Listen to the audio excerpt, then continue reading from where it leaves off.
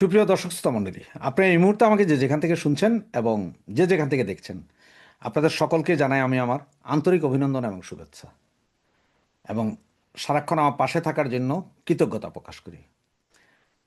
Banner এবং headline দেখেই আপনারা বুঝতে পারছেন যে এসআই সন্তোষ হত্যাকারী মাহাদি তিনি বর্তমানে নাকি ইন্ডিয়ার দিল্লিতে অবস্থান করছেন। ভিডিওর স্থান কাল পাত্র আমি আসলে নিশ্চিতভাবে বলতে পারছি না, তবে এই মুহূর্তে অনেকেই বলছেন এখনও বাংলাদেশ আছে, পার হননি। অনেকে বলছেন যে না, রাতের আধারেই তিনি চলে গেছেন ইন্ডিয়া।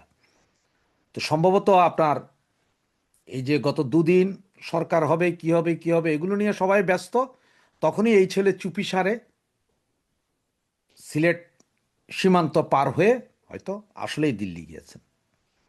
এখন সকলে হাউকাও বাজায় দিয়েছে।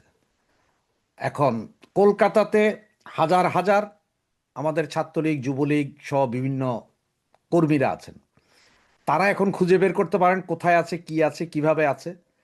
সেখানে পুলিশের সহযোগিতা নিতে পারেন, ভিডিওটা দিয়ে পুলিশকে বলতে পারেন। দিল্লিতেও আমাদের অনেকেই আছেন, তারাও বলতে পারেন। কারণ এই এসআই সন্তোষকে জ্বালিয়ে পুড়িয়ে মারা হয়েছিল 5ই আগস্ট। সেদিন সেনাবাহিনী সমস্ত পুলিশকে নিয়ে যাওয়ার পরে সেনাবাহিনীর সহযোগিতায় বা সেনাবাহিনীর ইচ্ছায় এসআই সন্তোষকে তুলে দেওয়া হয়েছিল নাকি এ হায়নার হাতে। এবং সে দুর্দান্ত দাপটে কয়েকদিন আগেই পুলিশের সামনে থানায় গিয়ে দুর্দান্ত দাপটে বলেছিল, আমি এসআই সন্তোষকে জ্বালিয়ে মেরেছি, আপনাদেরকে জ্বালাতে বেশিক্ষণ লাগবে না। তাকে অ্যারেস্ট করার পরও আসিফ নজরুল এবং ডাক্তার ইউনূসের কারণে ছেড়ে দিতে বাধ্য হয়েছিল। তো এখন সে কি আসলে কি দিল্লিতে চলে গিয়েছে কিনা, তবে যতটুকু ইনফরমেশন আছে সে দিল্লি টু লন্ডন আসার কথা আছে। আমি ব্রিটেনে আমাদের যারা আছেন তাদেরকে বলবো এদিকে দৃষ্টি রাখেন, এবং সারা ইন্ডিয়াতে ছড়িয়ে ছিটিয়ে যারা আছেন তাদেরকেও বলবো আপনারাও একটু সুদৃষ্টি দিন যে এই সন্ত্রাসী যাতে কোনোভাবেই পালিয়ে যেতে না পারে। অলরেডি অনেকেই ফেসবুক পোস্ট করেছেন তার পাসপোর্ট এবং আইডি কার্ডের ছবি চাচ্ছেন। কারো কাছে যদি পাসপোর্ট এবং আইডি কার্ডের ছবি থেকে থাকে, তারা অতি দ্রুত এটা পোস্ট করুন। নিজেরা পোস্ট করতে না, কাউরে না কাউরে দেন, তারা পোস্ট করুন যাতে এই সন্ত্রাসীকে ভাগতে দেওয়া না হয়। একে একে উপদেষ্টা পরিষদের এবং সমন্বয়কারী সন্ত্রাসী জঙ্গি গোষ্ঠী আস্তে আস্তে পালিয়ে যাচ্ছে। ভারত সরকারের কাছে অনুরোধ, ভারত সরকার দৃষ্টি দিবেন। এইসব সন্ত্রাসী আপনার দেশে ঢুকছে, আপনার বর্ডার গার্ড কী করছে সেটা প্রশ্নবিদ্ধ। এরা কিন্তু শুধু এসআই সন্তোষকে নয়, এরা মেরেছে আরও অনেক মানুষকে।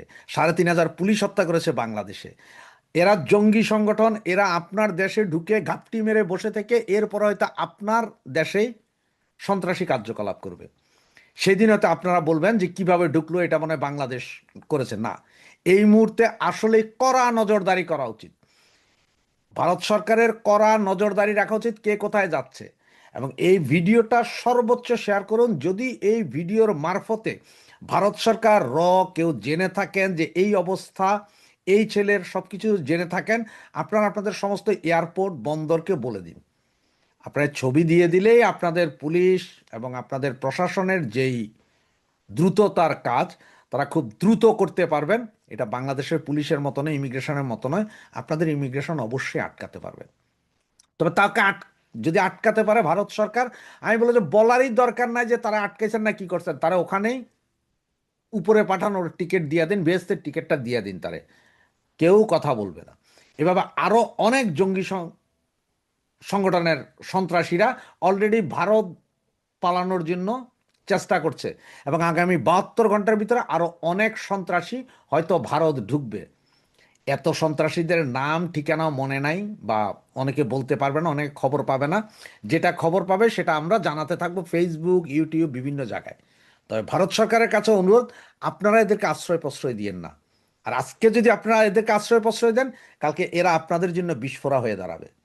আর তখন আপনাদের আত্মচিৎকার আবার শুরু হবে যে বাংলাদেশ থেকে জঙ্গি না, বাংলাদেশ থেকে এই জঙ্গি একটা লোকও যাতে ঢুকতে না পারে। প্রয়োজনে যাদের ভিসা আছে তাদের ব্যাপারেও তড়িৎ সিদ্ধান্ত নিন, কে কোথায় কিভাবে ঢুকছে, কোথায় যাচ্ছে, কোন এয়ারপোর্ট দিয়ে বাঙালি পাস হচ্ছে সেই জিনিসটা নিন, কারা পাস হচ্ছে সেই জিনিসটা নিন। বাংলাদেশের গোয়েন্দা সংস্থা যদি না করে আপনারা প্রয়োজনে অন্য পন্থা নিন, কাউরে না কাউরে দিয়ে ফেসবুকে ছাড়ুন, আমরাই বলবো যে কোনটা জুলাই সন্ত্রাসী আর কোনটা জুলাই সন্ত্রাসী না। এই ব্যাপারটার দিকে একটু নজর দিন।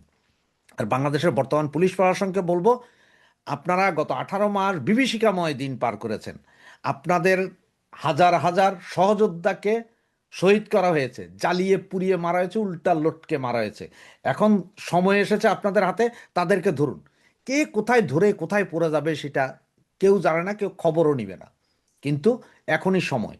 আপনারা ধরুন, ধরে এদেরকে বস্তাবন্দি করুন। আপনাদের সকলের কাছে বিনীত অনুরোধ, এই জুলাই সন্ত্রাসীর মাহাদির পাসপোর্ট আইডি কার্ড থাকলে তা তাড়াতাড়ি অতি দ্রুত প্রকাশ